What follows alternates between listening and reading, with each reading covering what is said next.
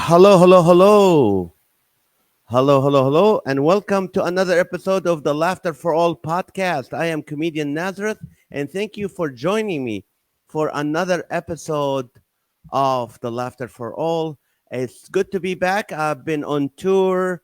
I was in several states this year, this month. I was in Nashville and Knoxville, Tennessee. I was in Indiana. I was in Colorado for 3 days. Before that, I was in Detroit, Hawaii, and so good to be back for a few weeks and be with you guys. Let's see.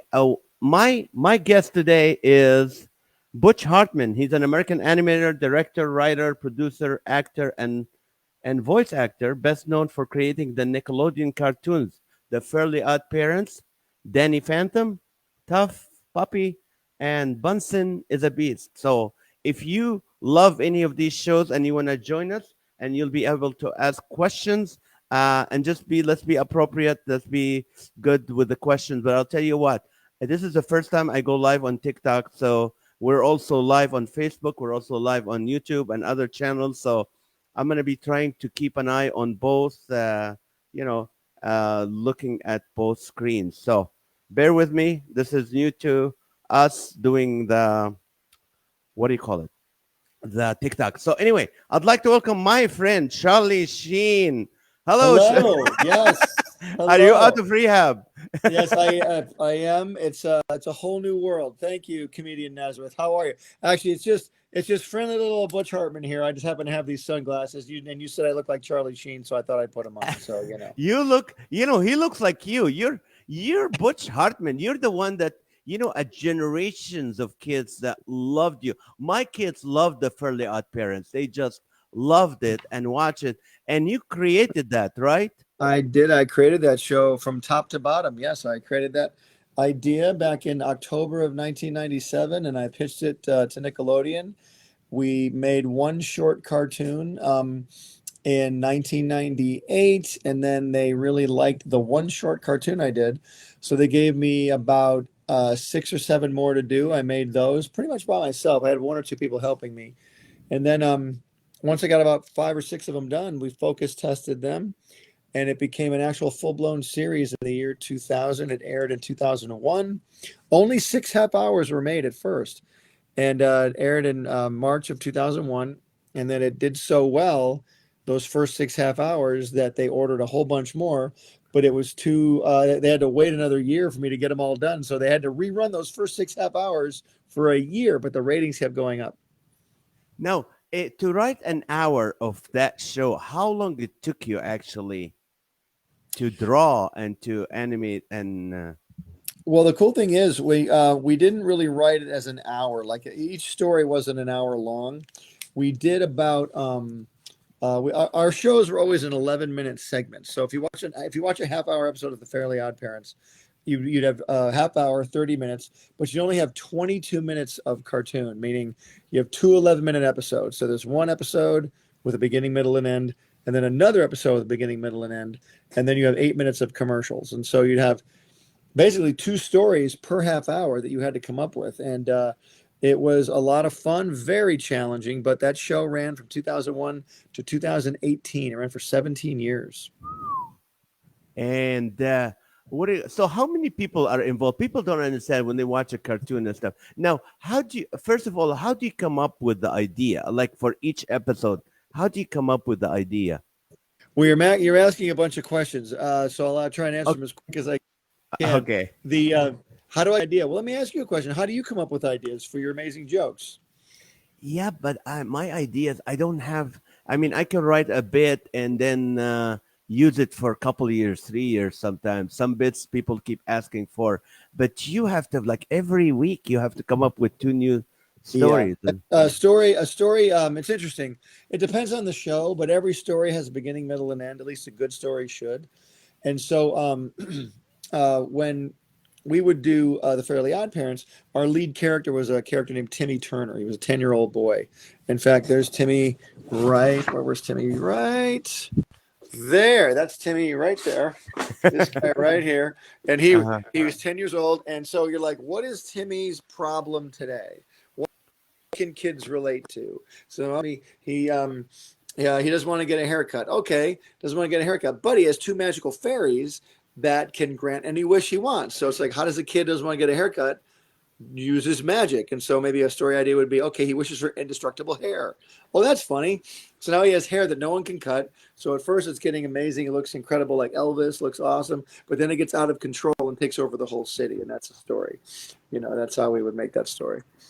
And So we actually made that story. It's called Hurricane. now that means you have to stay up to date of what kids are going through, and you have to like think like a 10-year-old for a while, right? Oh yeah, I think like a 10-year-old all the time anyway. But yeah, when you write a show, the thing Nickelodeon's rule was back in the day, it might still be that, I'm not there anymore, but their rule was every show has to star a kid. Every show has to be a kid point of view. So when your show is about a kid, you've got to come up with a kid's point of view. What is it about this kid that people want to see? Why is this kid interesting? What's this kid going through? Because kids are watching and they want to see kids they can relate to. So Timmy's 10 years old. He's not worried about his taxes. He's not worried about a mortgage. He's not worried about marriage. He's worried about ice cream. He's worried about, video games. He's worried about getting beat up by the bully, those kind of things. So how can we put that into a story? That's interesting. Before I go on, can you show us your office? This is amazing.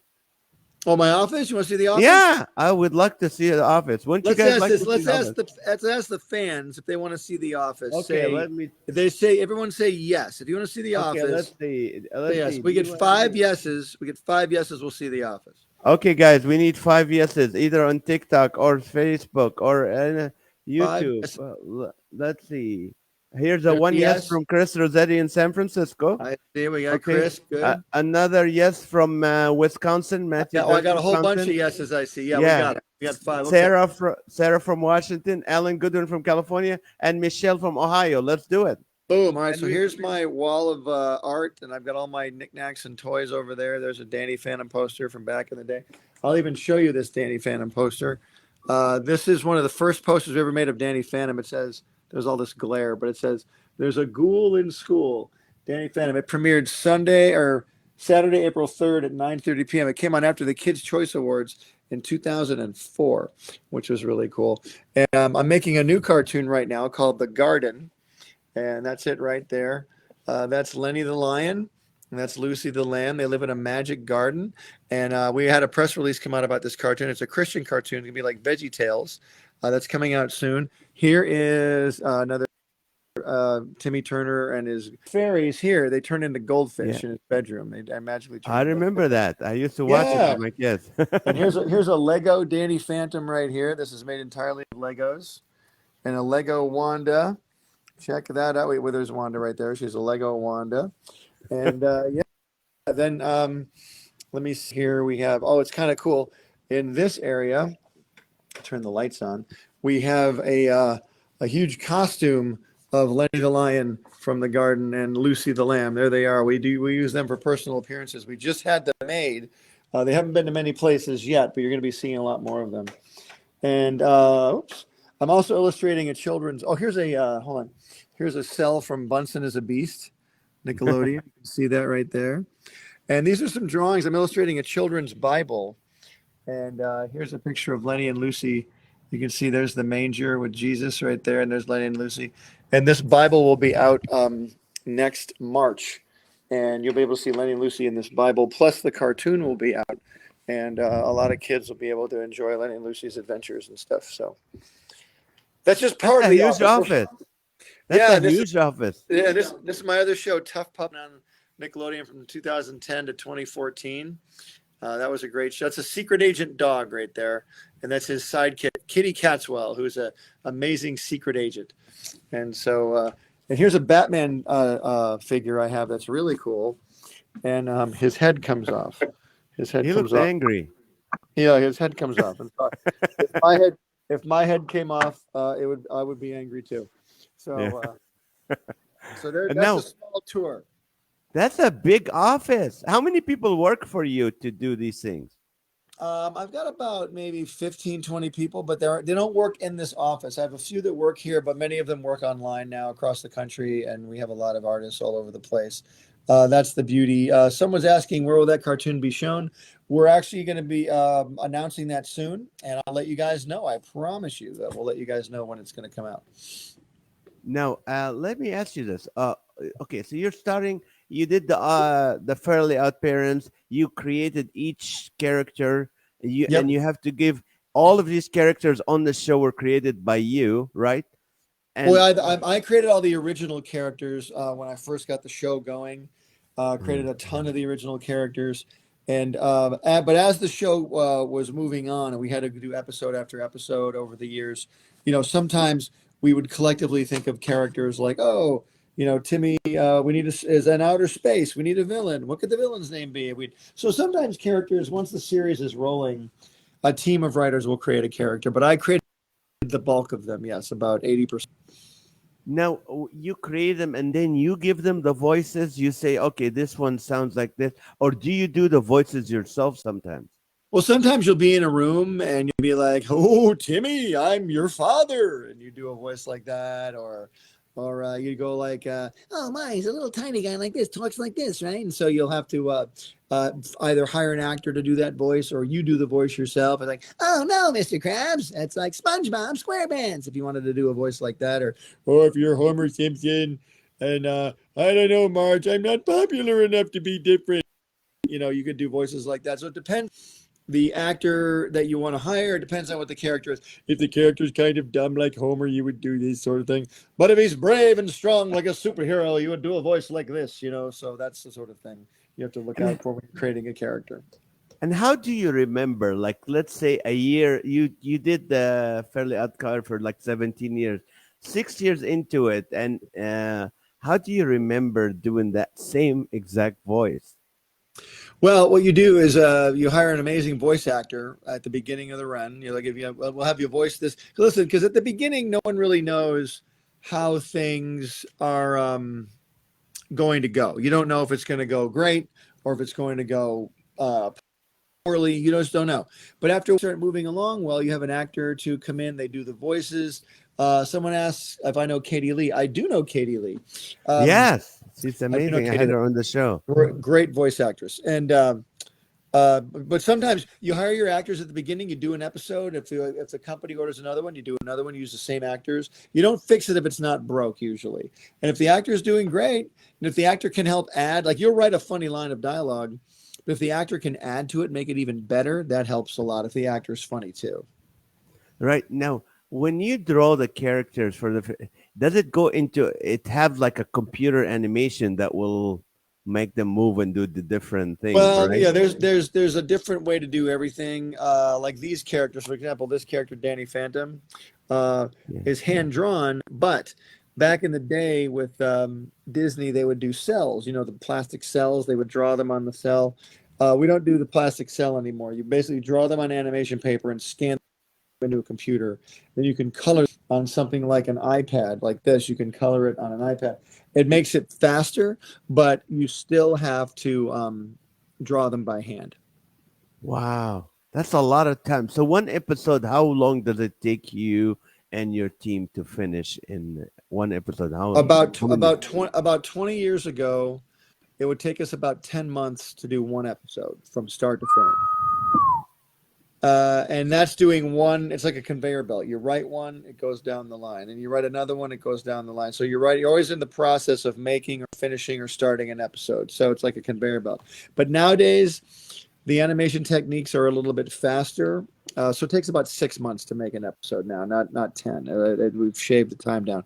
Sometimes, depending on the length of the episode, if it's 11 minutes, it's about 6 months. If Wow. um, if it's Now, a feature film, that's a couple of years.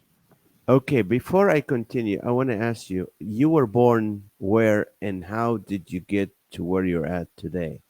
I was born in Michigan, and I moved. I'm going to close my blinds. I got these Sam Spade, Humphrey Bogart lines across my face right here. There we go. Um, I was born in Michigan, and I came out to California in 1983, an Uh-huh. animator for Walt Disney. And I went to school. I went to a school called Cal Arts, and I always thought I would work for Disney. And through my entire career, I've never worked for Disney. I've worked everywhere else. And when did you find out like I can draw and I can do voices, I can do that? Well, when I was a kid, I knew I could draw when I was in kindergarten. I always tell this story. Um, it's not a very fascinating story, but I tell it. When I was a little kid in kindergarten, our teacher asked us to draw a picture of her. And I just drew a picture, thought nothing of it. But she tapped me on the shoulder and said, "This picture is amazing." She started ranting about the picture and raving about it in front of all the other kids.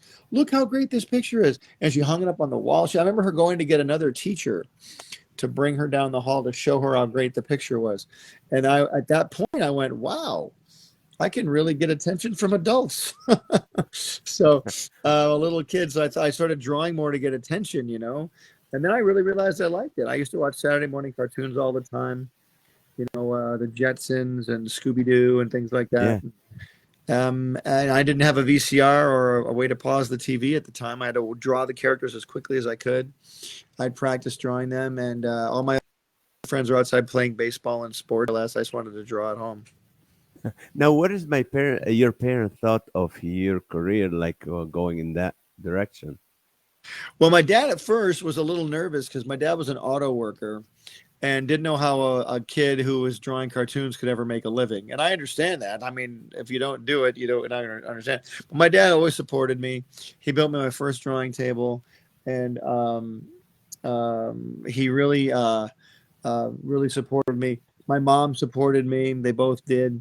And eventually, when I went to college, they were fine with it. I went from Michigan to California. It was a big culture shock, and Right. went to California to learn how to be an animator. And fortunately, all the people that taught at the school at Cal Arts were Disney animation people. So I got a lot of exposure, learned about the industry, and that's what I want to tell everybody out there. If you want to get into any industry, you have to immerse yourself in the industry. You can't hope to be a baseball player and never go into a baseball stadium. You have to learn, you have to be around it, you have to immerse yourself. I had to immerse myself in animation school, be around animators all the time. That's all we talked about was animation and cartoons and filmmaking and storytelling. And that really helps you move your career forward. That's amazing. And what do you call? You're a Christian man, and when? How did Yeah. that happen, or when did you? I Was got I accepted Christ as my savior. I was raised in a very ungodly home as far as like I don't mean it's ungodly, but like there was no God in my house at all. No one ever talked about church or God or Jesus or anything. But there was always something tapping at my heart my whole life. I always knew something bigger was out there. I'd talk about it, I'd think about it. And then when I got married in 1992, my wife and I were both unsaved people. We both got saved in the year 2000. together? And well, she got saved before that, but then she rededicated herself in 2000 when I got saved. So I got baptized in the year 2001 after 9/11 happened. I realized I better get baptized. And yeah, I did.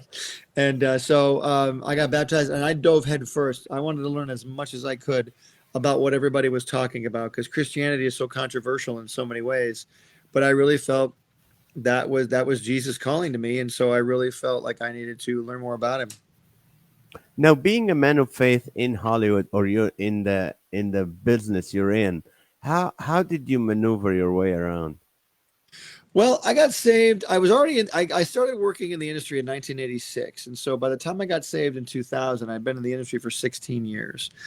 And when I got saved, I started talking about Christ a lot, and that's the last thing people want you to do is talk about Christ a lot, you know. Right. But and I understood that because I used to be a person who wanted to hear nothing about Christ, But then I used to mock Christianity because, of course, I didn't understand it. When you don't understand, you mock, you make fun because you don't understand. And Right. Christianity is very convicting. It's very convicting, not convicting where it's rules and punishment. It's not supposed to be anyway. Some people treat it like that. But Christianity is convicting because it's a heart situation. Your heart's being changed. So people don't want their heart changed sometimes. And when you talk about Christ, that's the truth. And sometimes the truth bugs people, and Mm. listen, it bugged me.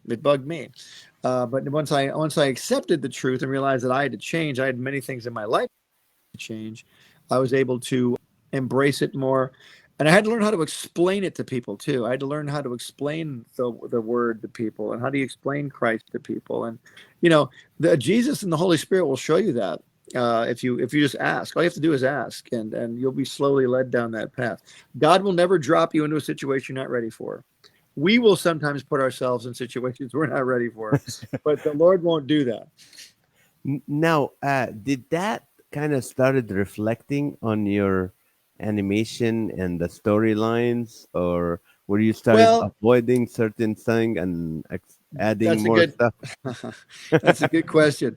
I could never do listen, I worked at Nickelodeon and they're a wonderful company, but I couldn't do a straight up Christian show and talk about prayer and faith and all that. I just couldn't do that. They just wouldn't put it on, only because that's just not what they do, and I get it. But I certainly try to use my faith as a stepping stone. Like, we're going to write stories about love and family and togetherness and things like that. But I never wanted to be sappy. Listen, I'm a Christian guy, and I've seen a lot of bad Christian entertainment. It's just really cheesy. It's really sappy. You want to support it, but it's not well made. Um, Right. Mostly because a lot of Christian people that will get financing don't hire people that have any filmmaking skill. They'll hire their pal who's always wanted to make a movie, um, and they've never made a movie. You know what I mean? So, as Christians, we have to learn how to compete with high quality stuff. It's just the truth. So I would, always want to put not Christian messages, but I want to put uplifting messages in my stuff. Absolutely.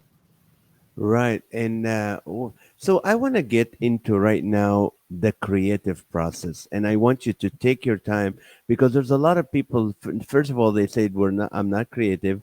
And then there's some creative people who say, I can't be pumping creativity like you do every single week and different shows and different stuff.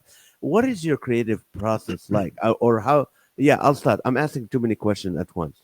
What's your creative process like? Well, it depends on what I'm doing. Like, I don't know. It's funny. I'm always writing stories, and I want to tell everybody out there who's an artist, who is a writer, who is a painter, who's a dancer, who's a musician, storyteller. And I don't care what Mm. medium you use. For me, I use cartoons, I draw, I use animation. That's my medium. You, my friend Nazareth, you're a storyteller. I've heard you several times. You're absolutely hilarious. Um, but you tell a story, and that's what makes people get engaged. And you can say one-liner jokes and stuff, and that'll be a little like those will be like little sprinkles on top of the cake. But once you have that cake, once you have that story, boy, people love it. And so my creative process is, what story can I tell today? Well, how can I tell this story in a better way? When I'm writing an episode of The Garden, how do I do this? What's the best way? I have a team of writers that I work with. Sometimes I'll just come in here and I'll draw. I'll have a story that's already written, and I'll have to draw a background for it. Like, background is the set where the characters live. If it's a farm, or if it's an island, or if it's a fast food restaurant, or whatever. How do you draw this? What will best convey the story? Is it moody? Is it like Batman? Is it black and scary? Or is it Superman where it's bright and sunny? What is it? You have to really think about what the mood is. What type of story are you trying to tell? And by the way, all of this is hard work. You know, people think, oh, it's so easy. You're so talented. It must be easy for you. Not true. Not true. Just because you're talented doesn't make it easy. There's people out there that are more talented than me, and they have a hard time making stuff simply because it's challenging to tell a compelling story. It really is. Right. What do you call? I'm gonna look at questions and see. I know people ask questions and You're off the mic. I can't hear you. oh, okay. I'm trying to look at the I can see question that some of the you. questions. I saw some Okay. uplifting in Danny Phantom, The Chosen. Some people talk about The Chosen. It's well made. Someone asked me if I've ever worked with the Bancroft brothers. Yes, I have. I never worked with them, but I know them. I love those guys. They're super talented Disney animators, former Disney animators, and they're identical twins. So if you lose one, you have a spare. Chris Rossetti is asking who will be voicing the new characters. I do voiceover work, and he's really good too. Okay, Chris. I can't reveal who the voices are yet. We have some top-notch, very well-known voice actors doing the show, The Garden, doing the lead characters. I can't tell you who they are yet, but I will soon. And good to know you do voice work. I hope you're getting a lot of work. That's awesome. Where will that cartoon be shown? This is not yet, right? Or do we Well, know where? we are currently working on where to show it. We have a lot of offers, and we're waiting because there really is no high quality Christian cartoon out there right now, And let's see another other than question. Veggie Tales. I can't think of it. There's a couple, but they're older. And Sarah says Butch is cracking me up. Thank you, Sarah. That's so nice of you. Nazareth's a funny one though. If we are nice to him, he might tell us a joke. Oh, I can't right now, but people always told me to do voiceover. I don't know. It's a lot of work. It's a lot of work. Let's other question. The chosen, yeah, chosen is good. I think that's the best Christian work that came out so far. But until the garden comes out. But what's your biggest challenge, Butch? What was your biggest challenge in your life? My biggest challenge in my life. Wow, that's a very big question, my friend. I think being a husband and a father. I have two daughters. Now, it wasn't challenging to where I couldn't do it. I did. I rose to the occasion, I hope. You can ask my daughters that and my wife, but I've been married for 30 years. My two daughters are 26 and 24. When I say challenge, it wasn't a negative one or a bad one, but I wanted to make sure that I gave them an amazing life. That was my job as a father. I wanted to make sure that they have an incredible life, and I'm not perfect by any means, but I really hope they had an amazing life up to this point. Now, when they were little, did you read them stories in these different voices, and did you Oh draw heck stuff yeah! for? Oh yeah, I would read Spider-Man comics like, and then Spider-Man crawled along the wall and he fought the Green Goblin, and I would show the picture of the green, whatever. I would read comic books like storybooks, yeah, and I would I'd read Grover from Sesame Street, when I was doing I would read like kids books like that. So yeah, in fact, my wife always said it's no fair. You get to be funnier than me, and look, I'm just weird. Okay, I'm not funny. I'm very very weird. Someone says I should animate Naz. Yes, well, he's already animated way too much. I don't know if you guys know that about him. He's actually a robot. I am. Thank you. Nazbot 3000. Let me ask you this. I know you're in a job or in a career or in a business where it's so demanding and you have to produce shows. Have you ever felt that that took away from your daughters and your wife time, or and how I did you handle it? I'm listen. I definitely wish I didn't. Here's the thing. I worked an awful lot, but I always made sure I was home for my girls. I would always come home. I would get up about 6. I'd read my Bible. I'd work out. I'd go to work till about 6 p.m. Get home about 7 because about an hour drive, and then I would play really hard with my kids, eat dinner, put them to bed. Then I'd work till about 2 in the morning, and I repeat the process. Wow, wow, that's amazing. Now, what do you think? Uh, the kids today are different when you first started the Fairly Odd Parents and stuff, and now you're coming up with the new Fairly Odd Parents, right? Yes. Well, first, to answer your first question, yes, of course, kids are different today. I mean, I started Fairly Odd Parents in uh, it aired as a show in 2000. So now we're 22 years later. That's a whole lifetime, basically.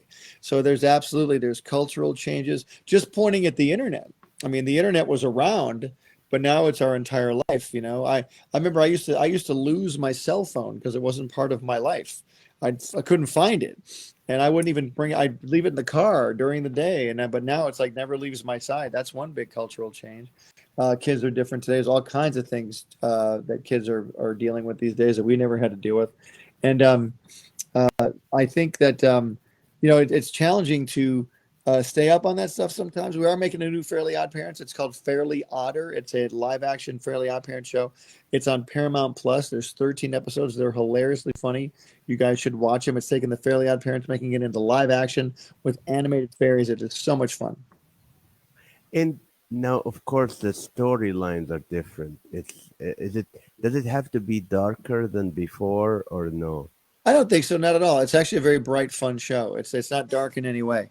Um, I think a lot of things there's a lot of subject matter out there for all kinds of movies that are dark and things, but not everything's dark. Fairly Odd Parents is a very light, uplifting show. It's always meant to stay that way. It's always meant to be something that's real. You laugh when you watch Fairly Odd Parents in a really silly way. You can just let go of the world for however long we want you to watch. No, have you ever said, "I'm done, I've given up"? I'm tired of just doing You this. mean on this? You mean on this podcast? Yes, about 10 No, minutes ago. I was like, I'm so done. I've had it with you.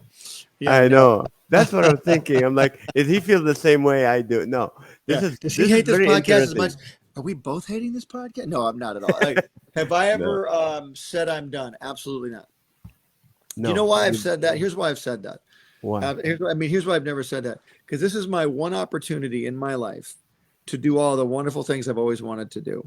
And are there times where it's challenging and I get tired? Of course. But why would I ever want to stop doing this? This is what I've dreamed of my whole life.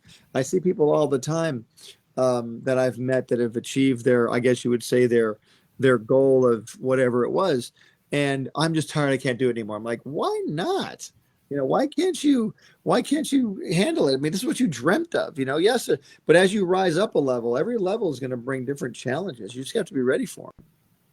Now, when you are doing the garden and the garden is gonna come up and stuff, do you think you're gonna get heat from people who love the fairly other parents, and then they go, "Why is he doing Christian stuff?" Or do you Um, think you that would know, be a well, here's the thing. That's another dream of mine. I always wanted to make a cool Christian cartoon because when I became a Christian at age 35, I wanted my kids to watch some Christian programming, and I couldn't find any real good quality programming that I thought was good. That was just me. And I thought, Mm. I'm going to make a Christian cartoon someday. And that's what this is right now. This is going to be a Christian cartoon. And by the way, if people don't like it, they don't have to watch it. I'm not forcing anyone to do anything. If you don't like it, you don't have to even take a look at it. But I am making it for that one parent out there that might want to watch something like this. Maybe there's two parents. I don't know. But the main thing is there's scripture in it and there's Bible lessons, but it's really funny. The Garden's a funny show. Now, being a Christian creator in Hollywood, how do you deal with controversy? There's always people who, the Uh, minute they know you're a believer or man of faith, they attack. How do you deal with that? Well, Matthew 5:11 says that blessed are you when they revile and curse you and say all kinds of things falsely against you for my name's sake or on my behalf. For great is your reward in heaven. He says, because Jesus is saying, Jesus promises us persecution. Jesus doesn't bring the persecution, but he basically says, if you follow me, the persecution is going to come. But your reward is going to be great in heaven because you're blessed. Matthew 5:11 says, bless you, blessed. That means you're a blessed person. When controversy comes toward you on Jesus's behalf, if you speak for him and you get some flack, you're blessed. Now, it doesn't make the flack any easier sometimes. Sometimes people can say some very cruel things. I've had some very cruel things said about me, but then I'll look deeper into who says it, and these are younger people. Or sometimes they're younger people who may not know what they're saying, or sometimes they're older people who Mm. I don't know what their issues are. But the last thing you want to do, heard a very wise man say this, you stay on that racetrack. If you're in a race and you get off the racetrack to go up in the stands and argue with the spectators, you're going to lose the race. Don't get off the track. You stay on track and you keep running because that's the only way you're going to achieve your goal. That is Amen. amazing. That's an amazing analogy. I love that, and that's amazing. Now, going back to the garden, I'm very excited about the garden. But now you said there's a Bible that's coming out with it, right? That's gonna. Yes. Well, here's the deal. I've been illustrating a children's Bible for the last year and a half. There's over 500 illustrations. It's called the Garden Children's Bible, and it's through HarperCollins. It comes out in February of 2023. So we're less than a year away. And I'm just wrapping up my last few drawings of it. But it stars Lenny and Lucy. They're in this Bible, they're the stars of the Bible. And the cartoon will be coming out right around the same time. So you're going to see Lenny and Lucy all over the place. And I couldn't be more thrilled. I'm so excited. How how do you think the Christian market is supporting you in this? Are they or they don't know about it yet? Well, they don't really know about it yet. I really haven't told that many people about it, but the people that are supporting me are incredible. They're incredible people. We have a lot of amazing support on our side, and we're really making some amazing connections right now. We're really laying a good foundation for when the garden comes out, getting all of our social media strategy ready, getting all of our website stuff ready. In fact, you guys can go on gardencartoon.com right now. God, There's a landing page we have there. You can give me your email And so when you guys go on gardencartoon.com, you can leave me an email and I can get in touch with you and let you know all the updates. We're also designing a garden app. I can show you the opening page of the app if you want to Yes, see it. please. It's not done, but I just want to show you just the opening page. It looks like this right there. Wow, that's It's beautiful. it's the garden where the gospel grows. That's what we say. All And right. you can watch you'll be able to watch the episodes on there and play games, and we even have an amazing curriculum we're developing where you watch a show about patience, or a show about sharing. You'll be able to then watch the episode, but then curriculum, if you're a Bible teacher or a Sunday school teacher, you can then teach a lesson about sharing, about episode, about scriptures. You can teach it for 2 weeks. That is amazing. And that's coming, a lot of times, sometimes I don't know if it's still the case, but how a lot of churches and Christians are always anti TV, anti Hollywood, anti Well, I anything. can see why. I mean, there's a lot of things out there that I don't think kids should be watching, but I can see that. But I'd like to encourage those parents, those Christian parents, who want to protect their kids, and I completely understand. There are some great programs out there. There are some fantastic programs. You just have to hunt for them. You really have to hunt. Sometimes the noise and the craziness is so loud, it intimidates you and you back away. But if you look deeper and don't get intimidated by that stuff, you can really find some gem programs out there. Some really good stuff. Not Christian So, stuff. I'm talking secular stuff. It's just fantastic. right. Now, uh, how do you, and I want you to speak to parents and to people about nowadays, our kids are anxious and depressed. There's a lot of anxiety and a lot of depression. From your own personal opinion and experience, what do you think? Is Hollywood, is TV, is social media have a part to do with that? What do you think? I'll Well, let I you. would I would say this. I mean, listen, I can't speak to any individual's personal feelings or how they're dealing with things. And if someone is dealing with those feelings of depression or things like that, that is absolutely tragic. And my heart goes out to you. And we love to pray for people like that. But I think Hollywood and media most definitely have a part to play, simply because a lot of things being put out there are very influential. Hollywood's very influential. Media is very influential.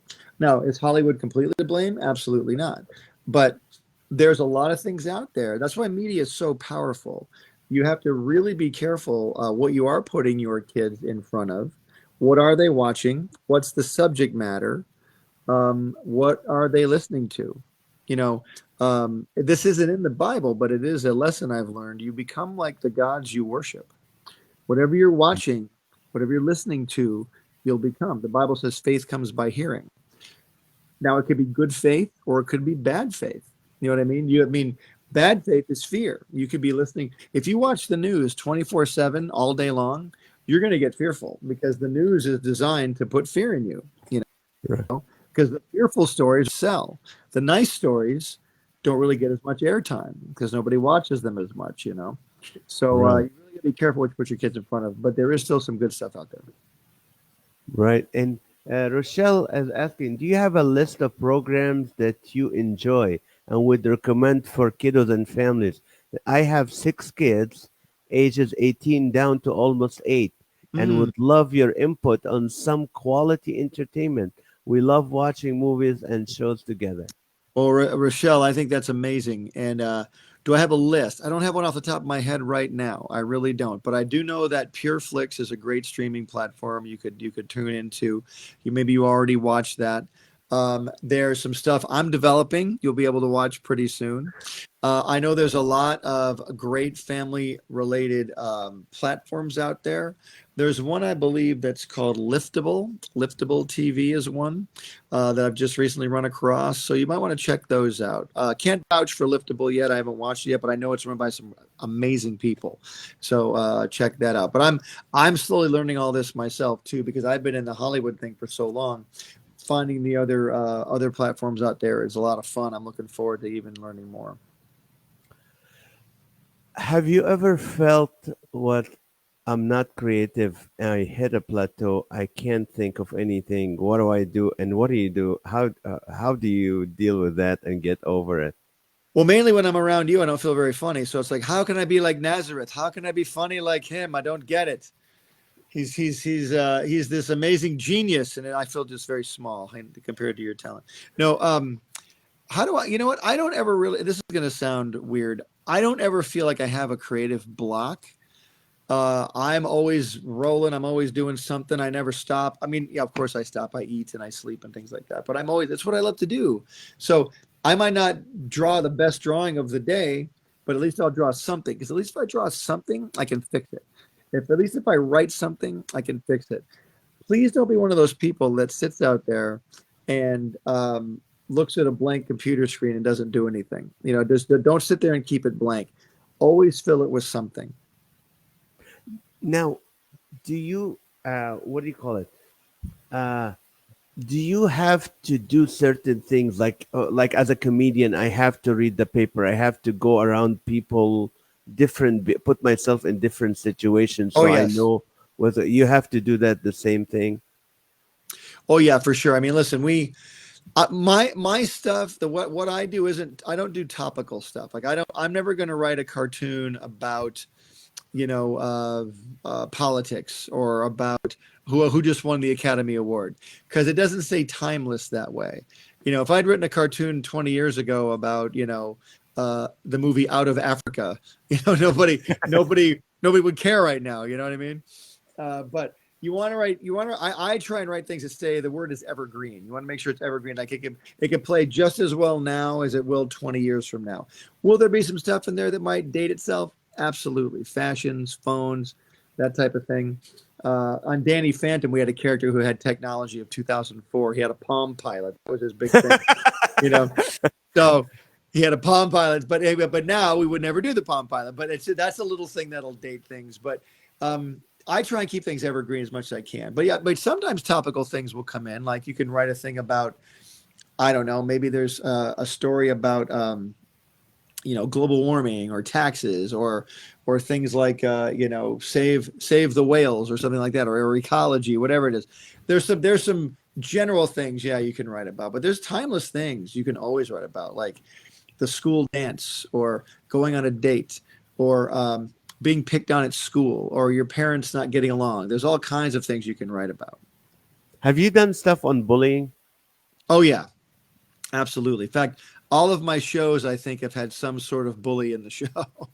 We make him a comedic bully who always gets his comeuppance. But yeah, because listen, kids face all kinds of obstacles in forms of bullies and other things too. I have mean teachers in my show.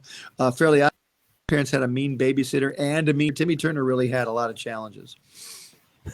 No.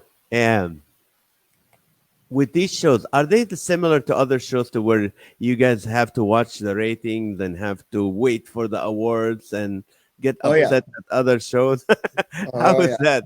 for Have sure. I you mean, guys won awards? Have you won awards? Fairly Odd Parents and Danny Phantom have won several awards. I personally have not, but some of my artists have won awards. We've been nominated for plenty of awards. I've been nominated for 4 Emmys for songwriting. We've been nominated for Best Show several times. And yeah, you go to the award shows, you got the little tuxedo on, you're sitting there, and you know, and it's heartbreaking when you don't win, but it's just great to be nominated. But you're like, I sure wish we would have won. That would have been nice. And then Uh, you see people you wish didn't win, they win, and you're like, how did they win and I didn't win?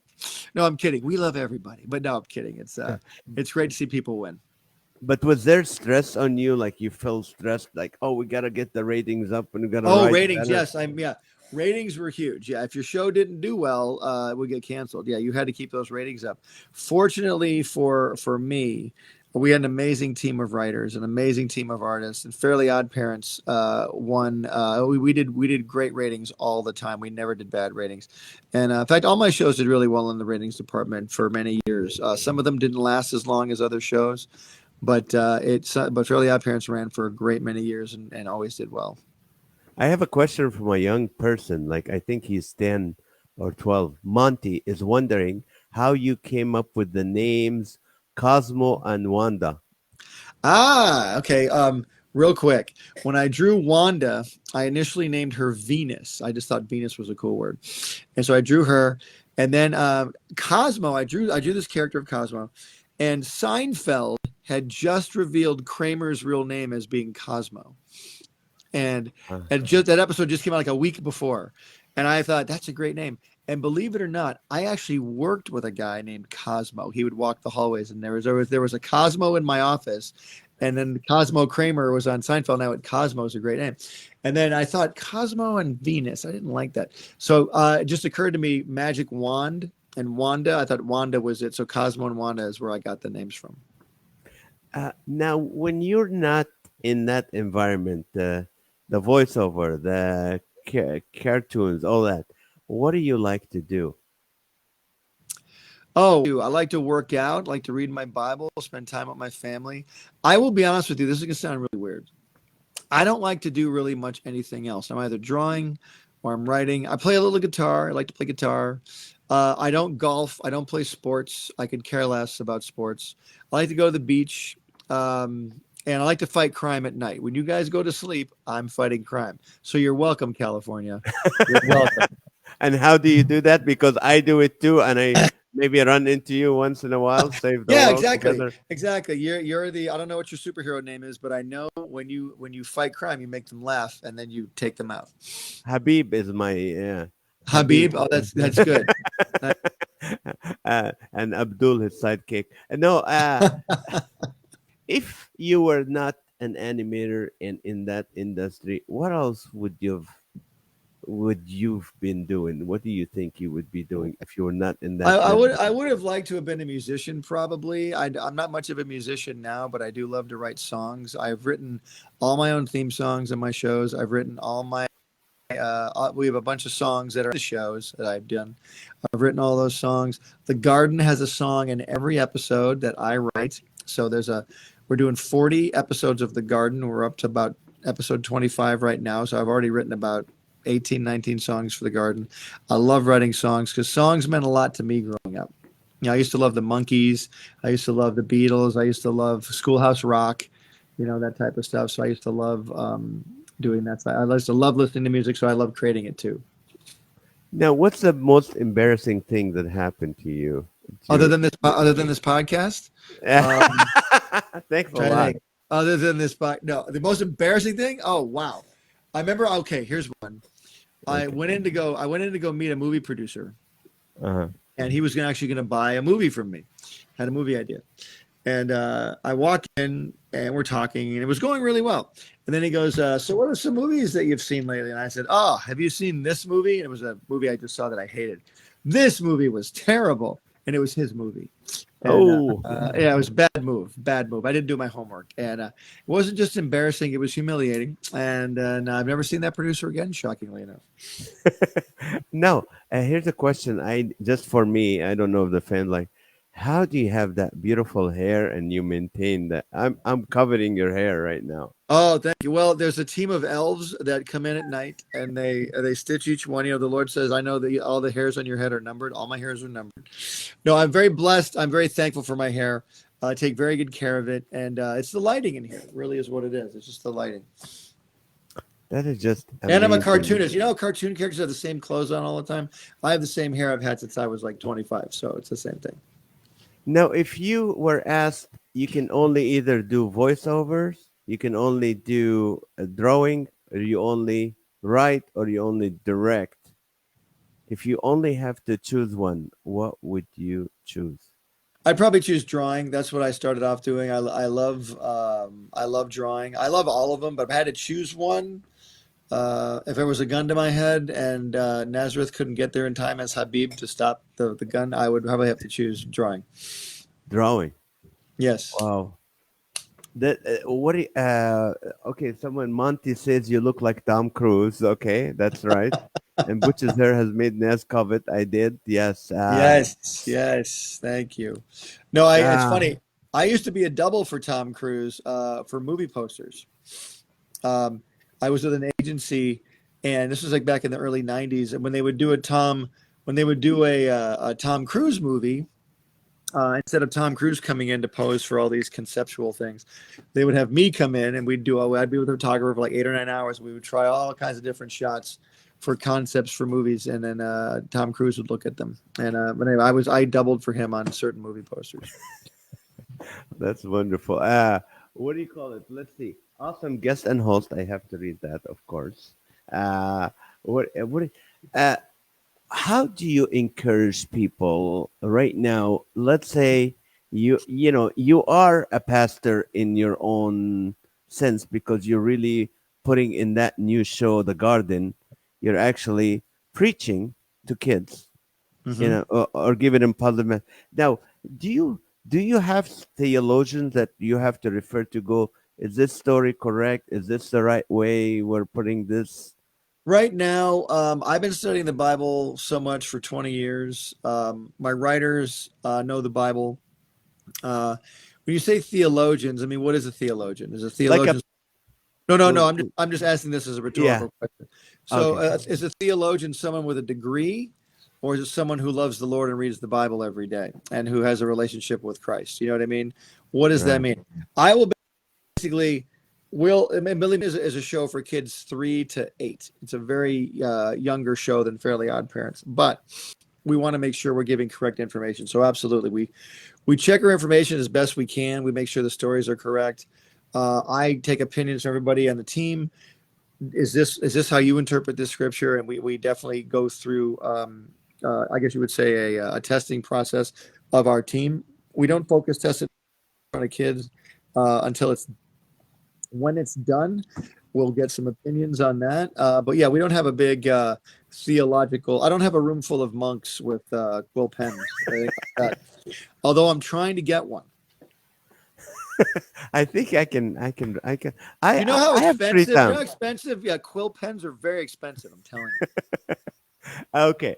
This time flew. I went in this last moment two questions. The second one would be about how can people get, we're going to go to thegardencartoon.com, or how can people get a hold of you for speaking engagement stuff. I remember when we were in Hawaii the last time and you gave the morning devotion, and I was like, I have to admit, I was like, oh, okay, let me see the creative part. You were just boom, you were right on, really wonderful devotion.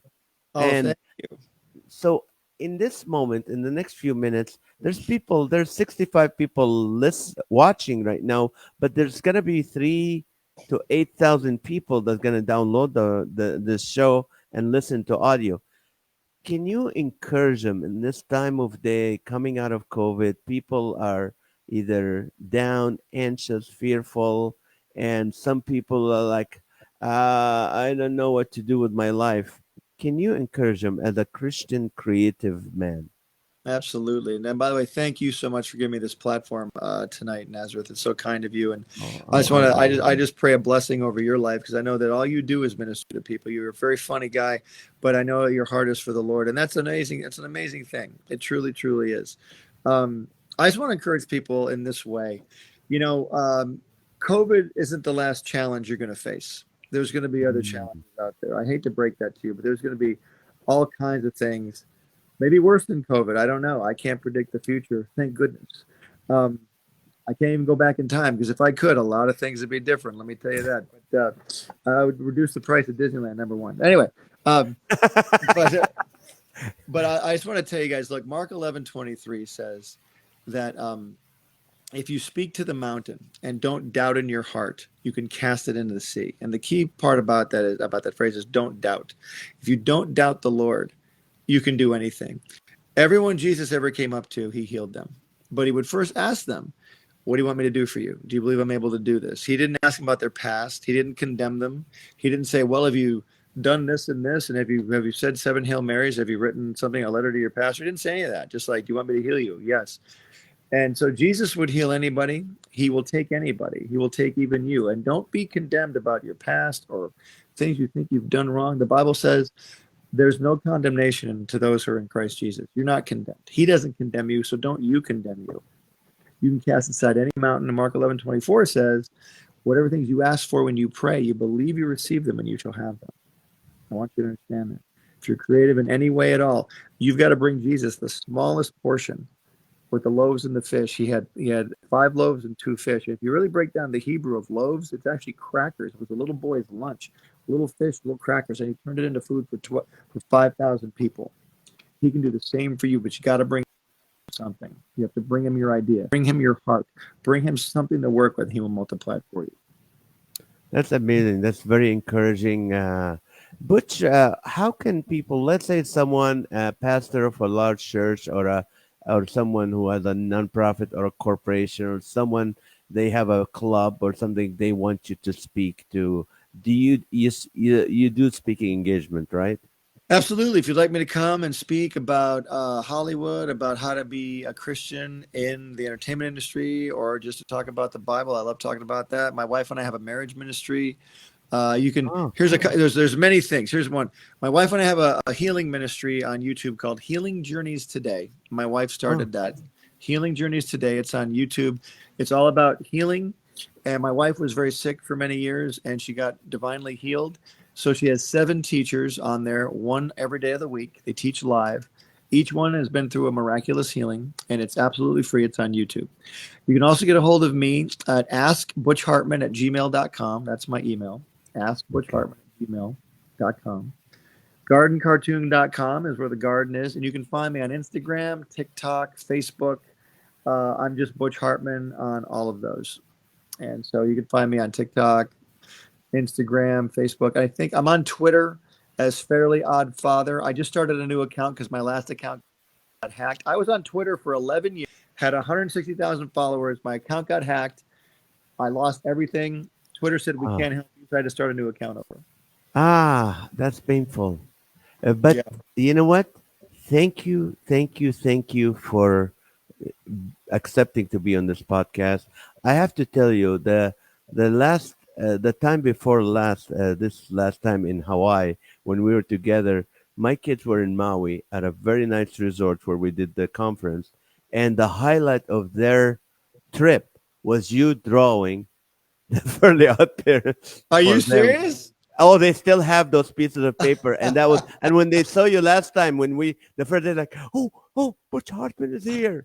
I'm like, Uh, yeah. So I am very touched, and tell your kids thank you. And also, I have a YouTube channel too. It's just called Butch Hartman. You can find me on Butch YouTube as well. Hartman, yes. I You see know, a think question here. Sarah says, "Is there anything that Butch would like us to pray for him?" I yes, appreciate that, Sarah. If you could pray for me for divine connections and supernatural results for the garden, I'd appreciate that. we'll be praying for that God will bring the resources. If there's someone who said I want to invest in the kingdom, I want to be able to. I'm sick and tired of how kids today are seeing all this garbage and all this trouble. If you want to invest into that, you can go to Ask Butch Hartman at Gmail and find out.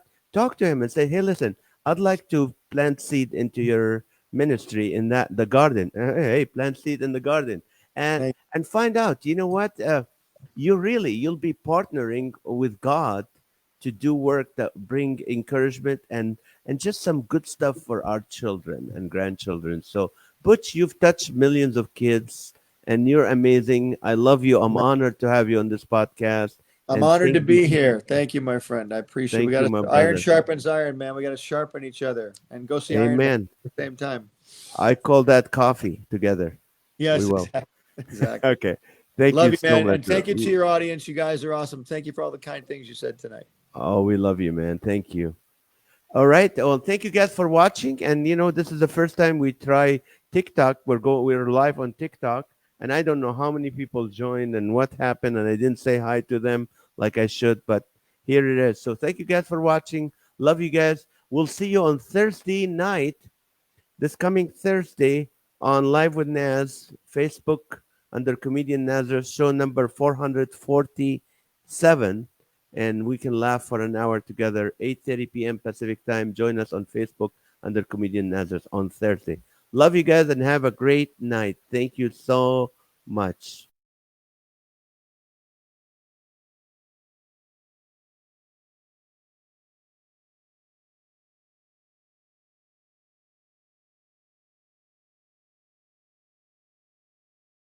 Yes, we're going to end the stream.